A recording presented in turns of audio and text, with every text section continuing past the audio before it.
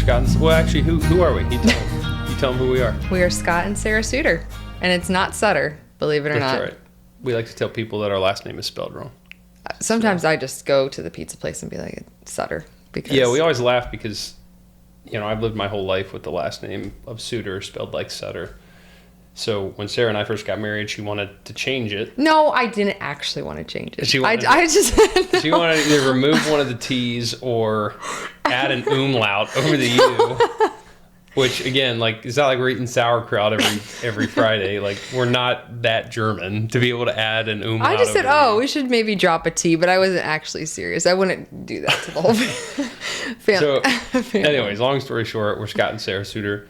We've been married for going on 10 years now in April, which is fantastic. We met at church here in Cincinnati, Ohio. So we both born and raised here. How many siblings do you have? I'm one of 7, so 6 siblings. Yeah, so Sarah's the third born of 7. I am the third born of 6, 4 of which are biological children of my parents, Jim and Maury, and 2 of which were adopted. So we both come from quite large families. We have quite a large family. Yeah. That is 4 kids. Just a blast. We're parents to 4 beautiful children. And 2 in heaven. Two miscarriages that we had that are in heaven. So what of our children? Who are they? Well, we have Scott Ford Jr. Yep, our who son, is our oldest.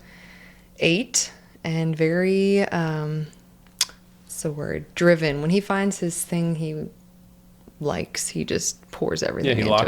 He locks in. Very, very smart. Very, very focused. We have a daughter, Flynn Grace, who is 6. She's a very creative, very intelligent, very emotional. A little bit of a pistol.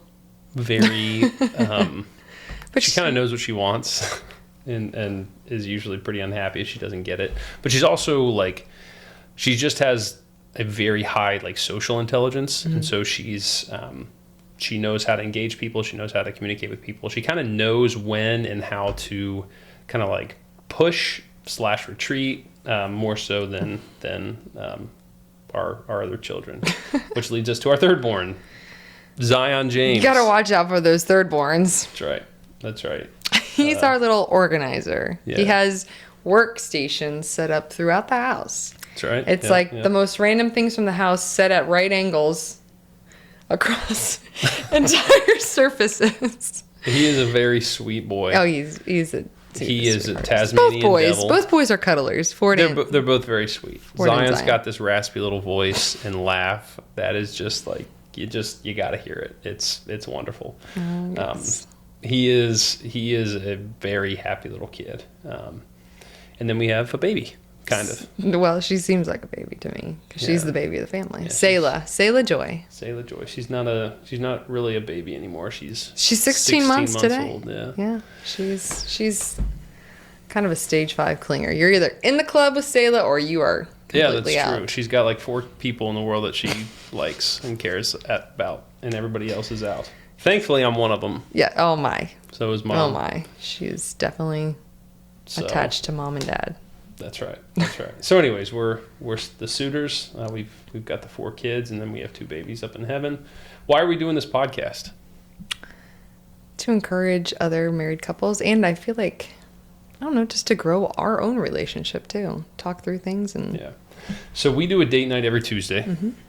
So we've been married for almost 10 years, and there's literally a date night photo from every single Tuesday that we've been married, more or less. Sometimes it's been on Monday, sometimes it's middle Sunday, of the week, something like that. Yeah, but on rare occasions.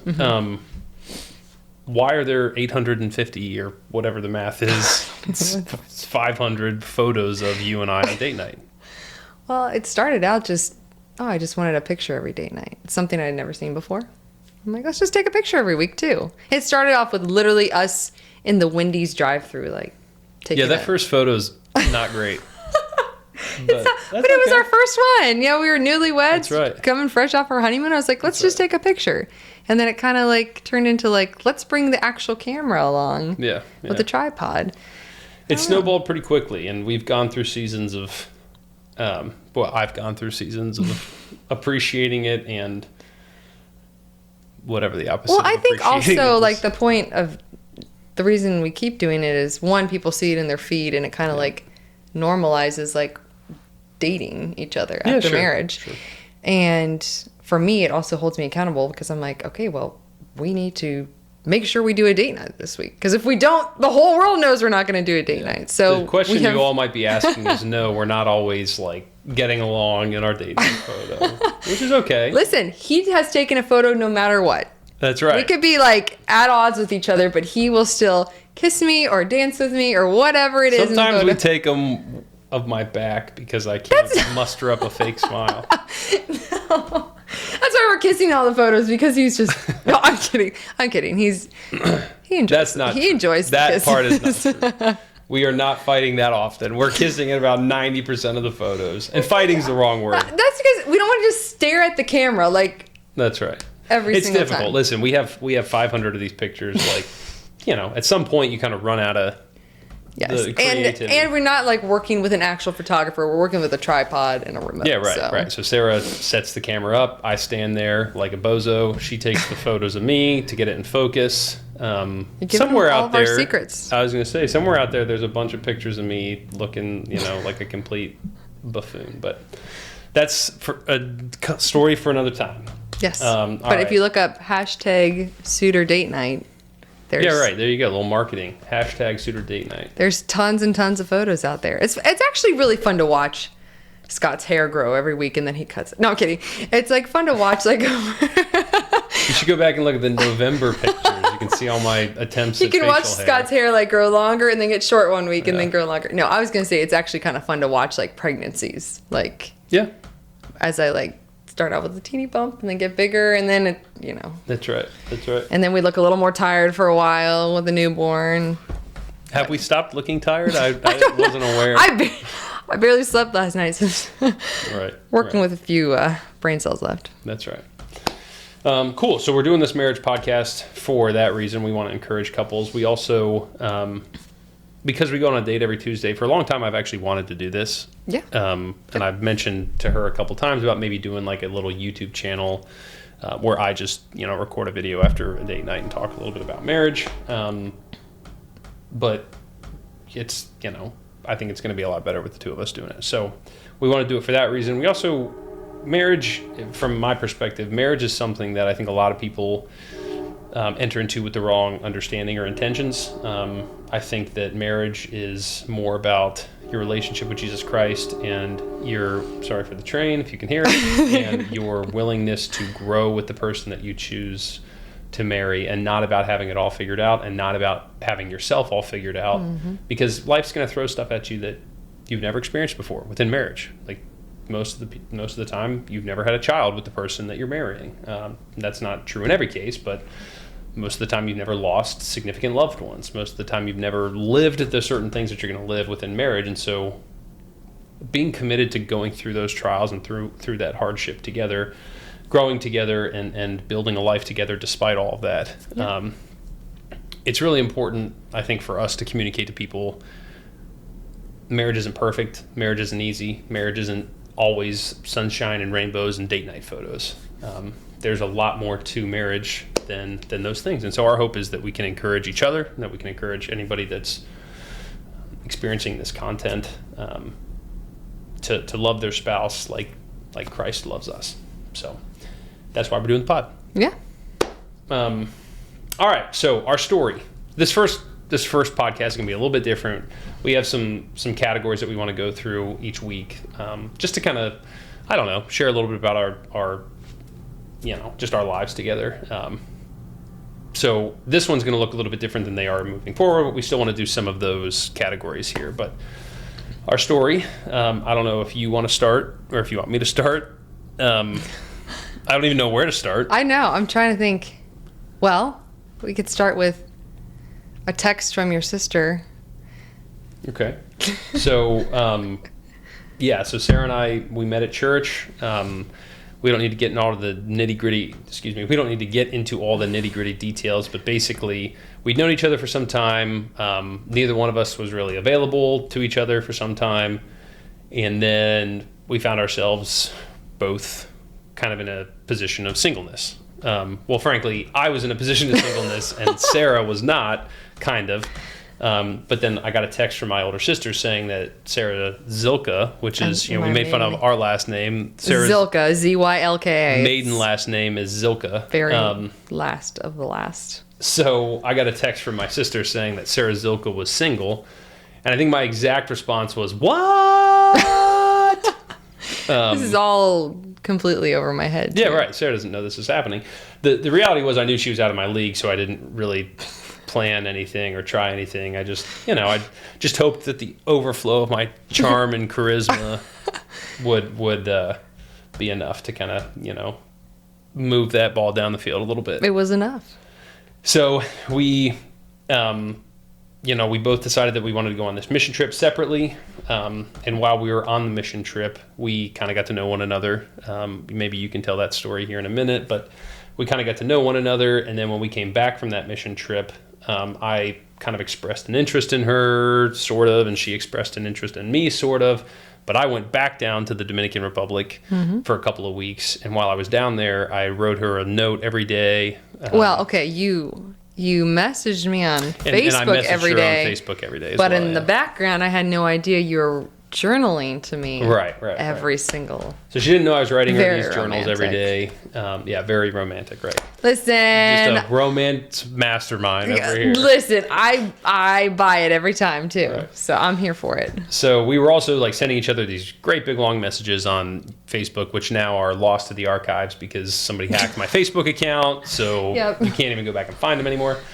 Long story short, when I came back from that trip, got back to Cincinnati, I told her that I wanted to talk to her dad about dating her, and she got very excited. And then we began our courtship, where we had made a decision, or Sarah had made a decision not to kiss before she was married. She had made a decision not to ride in the same car as the person that she was dating for an extended period of time. However, she told me she loved me after like a week of dating. That was an accident. That was an accident. Yeah. I just gave him a hug and just like I normally do to my mom. I was just like, love you, goodbye. Whoops.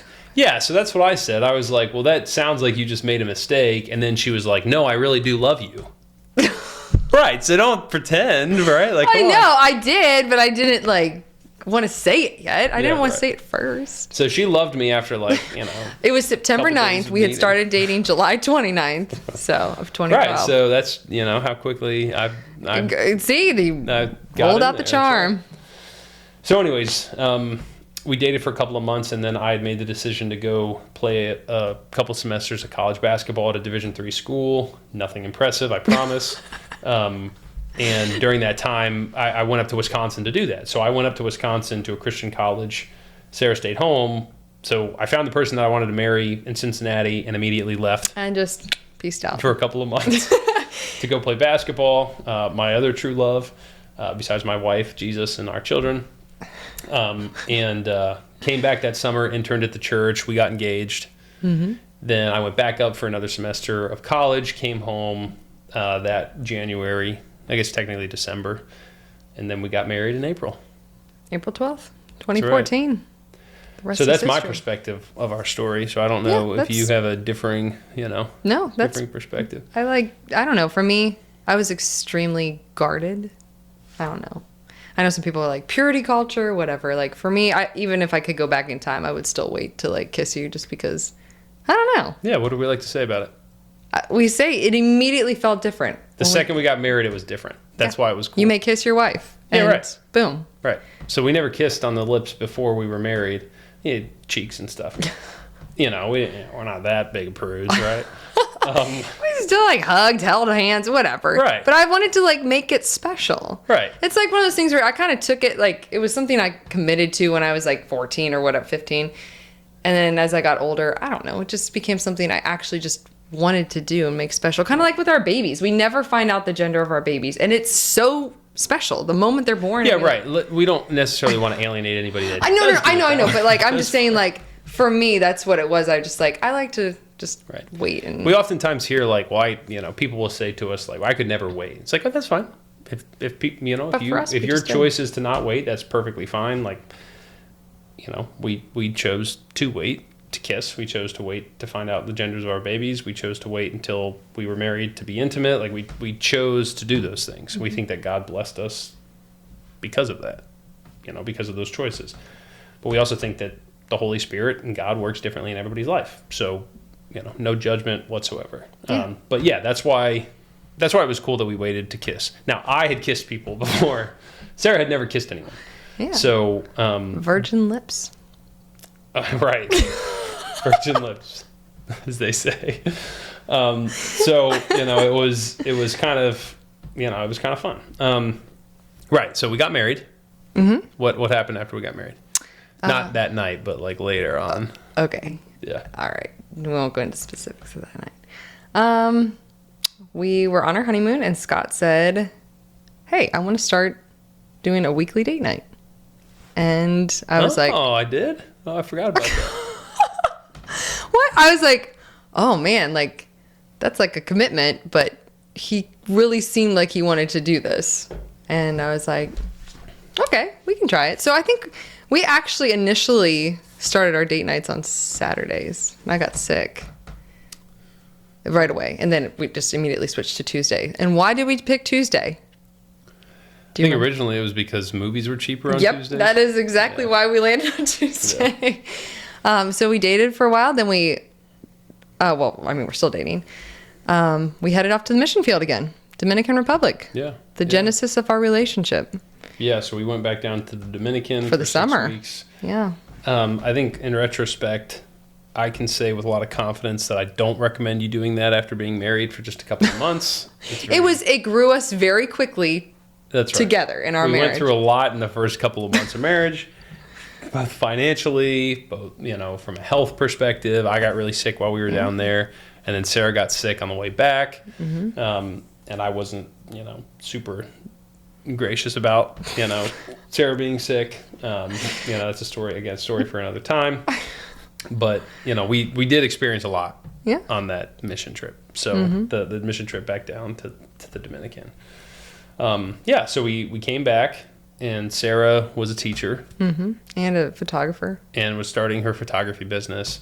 I went to work for a family friend of a commercial roofing company. A family friend who owned a commercial roofing company. Great family, love them to death. But we were still kind of trying to figure out what we wanted to do kind of with our lives, which we're still kind of trying to figure out what we want to do. That out. But we can fast forward to now. Well, no, I was going to say, like, during that time, what was the bargain that we made? If we buy a house. Oh, yeah. Okay. Sorry. I was like trying to figure out where we're going with this. Okay, yeah. If we buy a house, we could have a kid. We can get pregnant. That's yes. Right. And so we bought a house in February. Well, we moved in February. We moved in February. Yeah. February, and I got pregnant in March. Yeah. That was. How did that happen exactly? Would you like me to expound? So we decided that we wanted to wait till we bought a house. We bought a duplex. We rented out the other side of it. We got pregnant. Thankfully, it was quick to get pregnant. I know there are people that have fertility stuff. But. Right. So Ford was who that baby was. We got pregnant with Ford. So we moved in February, got pregnant in March, and then we moved out in October. Mm-hmm. And we kept the house. We rented out both sides of the duplex, and we moved into Sarah's grandmother's house. My grandma had passed away. Her grandma had passed away. So we moved in over there. We spent a couple of years over there. 2. So we spent 2 years over there. Ford was born. Then we miscarried. Mm-hmm. And then Flynn was born. Mm-hmm. While we were at Grandma's house. While we were at Grandma's house. During that time frame, we moved. I got a new job, and Flynn was born all in about a month. We were kind of branching away from our church to start a church plant. Be part of a church plant. That's right, Graceway. Graceway. So Flynn was born we moved out of Grandma's house into this house. Mm-hmm. Flynn was born in September. I started my job in September. Then Flynn was born in September. And then we moved out of Grandma's house in October. Yep. And now we're still in the home that we moved into. In 2017. That was in 2017. And then my dad got very sick. Right after that. 2018. We found out in January that he had a brain tumor. So Flynn was about 5 months old when we found out. 4 or 5 months old. So Dad ended up passing away after about 6 months of that, while we had 2 very young children. So we kind of went through that whole thing. And we can unpack that on a later episode, but there's a lot of experience during the loss of somebody important to you that both draws you closer together and kind of at times also kind of stimulate different grief and different emotions, right? And so one of the things that I like to tell people about that time frame is that Sarah gave me basically everything that I needed from a grace perspective. Trying to navigate the loss of your spouse's parent is something I've never experienced. So Sarah handled it, in my opinion, with a lot of grace and a lot of just tenderness. The times that I needed her to just be near me and be close to me, she was. The times that I needed to be with my family, she gave me the freedom to do that. I was the husband and father, so I had to take care of my family at the same time. So I was working. I was trying to spend as much time being a dad, being a husband, being a Christian, while also being a son, brother, somebody on that side too. So we went through that whole experience. That happened in July of 2018. We were at Graceway still, part of this church plant. I'd started another new job, the job that I'm still currently at, in digital marketing. And things were calm for a couple of months until what happened when was that? Well, 2019, let's see, we got pregnant at the end of 2018 with Zion. That's what I'm going to say, yeah. So Zion, we got pregnant with Zion. He came along in August of 2019 and then 2020. We all know what 2020 was. So we had Zion in August of 2019, and then COVID happened at the beginning of 2020. So then we got to navigate all that. And, Sarah was still trying to figure out how she was going to shoot weddings. She had stopped teaching. Oh, yes, which I haven't really gone into that at all. But, I was a wedding photographer for 11 years. And I just retired, or whatever you want to call it, last year. Yeah. Shot my last wedding. So now I'm just a stay-at-home mom. But it's... And I homeschool. I homeschool our kids. I don't think we didn't really say that. We haven't really touched on that yet. But Ford, at this point in the timeline, Ford wasn't even really old enough. You were doing sight words with him and different, In which year? 2020? No, I mean just as soon as he turned a year and a half old. We started stuff when he was 15, 16 months old. Right. So, anyways, COVID happened, and we all tried to figure out exactly how that would work, and how to navigate all that. And we ended up having to do date nights at home. But even through COVID, our Tuesday nights, that's right. Scott would usually go we'd either DoorDash food or he'd go pick up something somewhere, whatever was open. And we'd play games, watch movies or shows. We had to be creative. One time I decorated the attic with all these fairy lights and put a little bed up there. We watched a movie. I believe there's a date night photo. There is a date night photo that you might be able to see. But we kept the date nights going even through COVID. That's right. So then we waited a year and then got pregnant the following. We didn't. We got pregnant in August of 21 and lost that baby, and then miscarried that. Got pregnant at the very end of 2021 with little Selah.